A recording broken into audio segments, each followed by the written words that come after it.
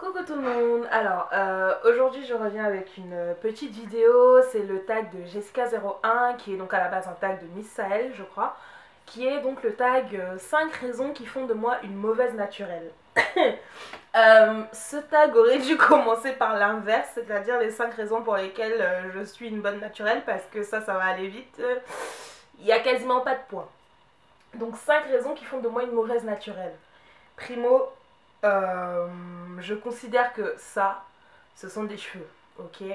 Ça se coupe, ça se casse, machin chose, mais ça repousse toujours. Donc les personnes qui font tellement de chichi à propos de leurs cheveux, mais vraiment des chichis, parce qu'il y a vraiment des filles qui sont tout le temps là, ah oui, non, mais machin, non, ça pousse, quoi que vous fassiez, même si vous les traitez mal, ils pousseront. Bon, évidemment, il vaut mieux les traiter bien. Voilà, donc ça c'est le premier point. La deuxième raison qui fait de moi une mauvaise naturelle, c'est simplement que je ne regarde pas les compositions des produits. Je vous explique.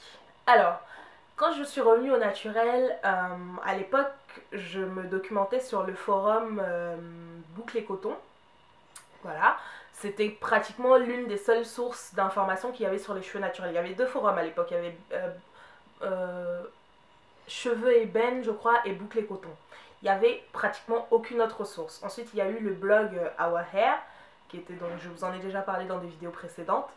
Et donc Boucle et Coton, moi, c'est le forum par lequel je me suis renseignée pour mon retour au naturel.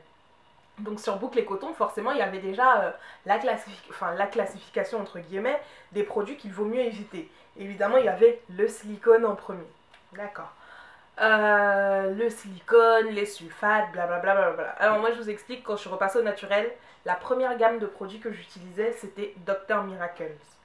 Plus pourri que ça en termes de composition, je pense pas qu'on puisse faire. D'accord. Et bizarrement je l'ai utilisé pendant un moment et ça marchait très bien sur ma tête. Et donc du coup je me suis dit je vais continuer comme ça. Tant qu'un produit ne me rend pas les cheveux archi secs ou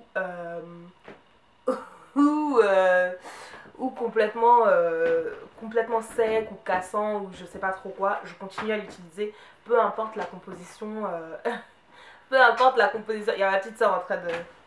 Bref, voilà. Bref, donc tant qu'un produit ne m'assèche pas complètement les cheveux, je vais continuer à l'utiliser. Et après, si un produit m'assèche complètement les cheveux, je vais essayer de savoir qu'est-ce qu'il y avait dans le produit qui ne fonctionne pas pour moi. C'est ainsi que j'ai découvert qu'effectivement, quand on parle de sulfate dans les shampoings, enfin dans les produits en général, de les éviter, bah moi mes cheveux ne supportent pas les sulfates. Mais en règle générale, je ne choisis pas un produit par rapport à la composition de ce dernier.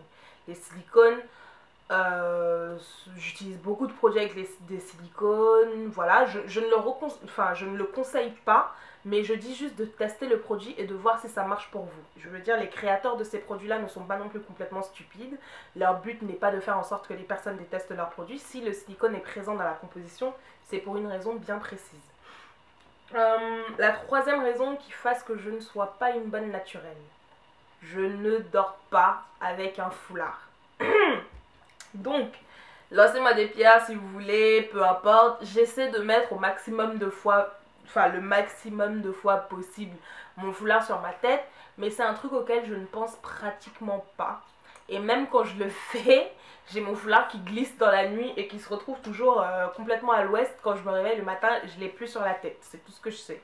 Donc, pour moi, c'est pourtant le premier commandement de la bonne nappie, toujours dormir avec son foulard de soie, blablabla. Et je le recommande parce que c'est pas du tout bien de dormir sans foulard, je le dis. Ne faites pas ce que je fais, mais faites ce que je vous dis. Hein. Donc je ne suis pas une bonne naturelle à cause de ça. Le quatrième point qui fait que... J'étais au point 3, je sais plus. Bref, le quatrième point qui fait que je ne suis pas une bonne naturelle... je vais le dire, je n'ai jamais commandé de produit ni chez Les Secrets de Loli ni chez Aromazone. Pourtant, à l'époque où je suis repassée au naturel, Les Secrets de Loli était une marque qui émergeait. Donc forcément, toutes les naturelles, tous les gourous naturels ou les personnes que je rencontrais sur le forum Boucles et Coton en parlaient. Mais c'est une gamme que je n'ai jamais testée. Je ne sais pas pourquoi. Pas parce que j'ai entendu des échos sur sa marque ni quoi que ce soit, hein, du tout. C'est vraiment, j'ai jamais commandé sur son site. Et Aromazone, alors n'en parlons pas. Toutes les personnes qui fabriquent leurs produits à domicile, et il y a un moment je le faisais, enfin je faisais des beurres, enfin des beurres de karité améliorés. J'aurais dû pourtant, enfin depuis le temps que je suis naturelle, ça va faire 5 ans, en 2012, ça fera 5 ans. Je n'ai jamais rien commandé sur Aromazone. Je recommande le site Aromazone parce que je sais qu'ils font de très bons produits, ma soeur achète ses huiles dessus, etc. Mais moi-même, je n'ai jamais commandé chez Aromazone, je ne suis même jamais allée dans leur boutique, alors qu'ils ont une boutique sur Paris, même si on ne veut pas commander. Donc je pense que ça fait de moi une très mauvaise naturelle. Donc la cinquième raison qui fait de moi une mauvaise naturelle est que je fais absolument tout ce qui me passe par la tête dans mes cheveux. Absolument tout, j'en ai rien à foutre, comme je vous ai dit, ce sont des cheveux, ça va repousser, ça va se casser, mais ça va pousser quand même. Je me lève le matin, j'ai envie d'avoir les cheveux lisses, je vais me les lisser. Je me lève le matin, j'ai envie de coloration, de changer de couleur, je vais me les colorer. Je me lève le lendemain, ils m'énervent, ils sont trop longs, ils sont machin, je vais les couper de moitié au moins. Enfin, c'est vraiment quelque chose... j'en ai vraiment... Enfin, pour moi, c'est des cheveux. C'est une partie importante de vous-même, c'est une extension de la féminité, entre guillemets, mais ça reste des cheveux. Et ça pousse, quoi qu'on dise. Il y a des personnes chez qui ça pousse moins vite, il y a des personnes chez qui ça pousse beaucoup plus vite, mais ça poussera de toutes les façons. Donc, je pense que ça fait de moi une mauvaise naturelle parce que quand je me colore les cheveux, la plupart du temps, je n'utilise pas de coloration naturelle. J'utilise vraiment des colorations bien crado. J'en ai déjà parlé, j'ai fait une vidéo sur la coloration, pourquoi c'était pas bien, etc. Ensuite, si vous voulez encourir les risques, enfin, que vous n'avez pas peur, comme moi, vous le ferez. Si vous voulez pas, bah, vous n'y touchez pas. Voilà, je pense que ça, ce sont les 5 raisons qui font de moi une mauvaise naturelle. Faut faire une suite à cette vidéo et dire les 5 raisons qui font de vous une bonne naturelle.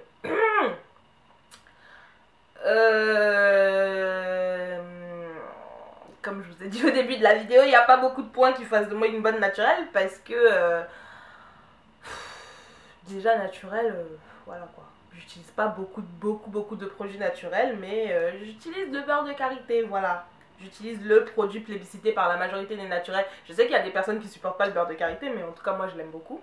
Donc j'utilise ça. Les bonnes raisons qui font de moi une...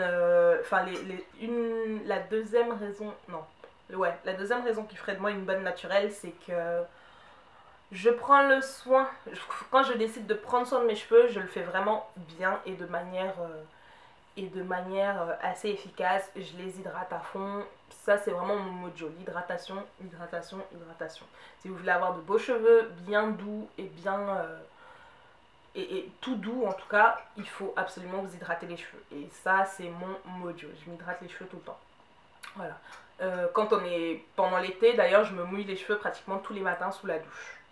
C'est une règle à laquelle je ne déroge pas. En hiver, je peux pas le faire parce qu'il fait froid. Vous n'allez pas sortir de chez vous avec les cheveux mouillés et tomber malade. La troisième raison qui ferait de moi une bonne naturelle...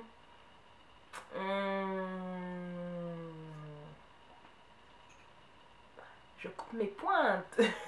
Je me coupe les pointes dès qu'elles sont abîmées pour éviter que mes cheveux, que tous mes cheveux s'abîment aussi. Donc je me coupe les pointes le maximum de fois. Enfin, dès que j'en vois une qui est abîmée, bah là je les coupe pas en ce moment parce que je suis en challenge. Mais je les coupe dès que j'en vois une d'abîmée ou un nœud ou quelque chose comme ça. J'attrape ma paire de ciseaux et je les coupe. La quatrième raison qui ferait de moi une bonne naturelle. Je me suis lancée sur YouTube. Je partage avec tout le monde, les youtubeuses, les personnes qui me suivent sur Facebook, tout le petit monde, enfin la blogosphère, les amis que j'ai, ma famille, etc. Je partage toutes mes astuces, tout ce que je peux découvrir sur l'entretien du cheveu en général, je le partage avec vous. Mes astuces, mes coups de cœur produits, mes coups de cœur, je sais pas moi, shampoing après shampoing, machin, je les partage avec vous. Voilà, je pense que ça fait de moi une bonne naturelle. Faut vraiment que je rame pour essayer de trouver des bonnes raisons, des raisons qui feraient de moi une bonne naturelle parce que je me considère vraiment pas du tout comme une bonne naturelle. La cinquième raison qui ferait de moi une bonne naturelle, je sais pas. Je sais pas, j'ai vraiment du mal, je sais pas. Pardon, je suis malade. La 5e raison qui ferait de moi une bonne naturelle. T'as une idée, toi?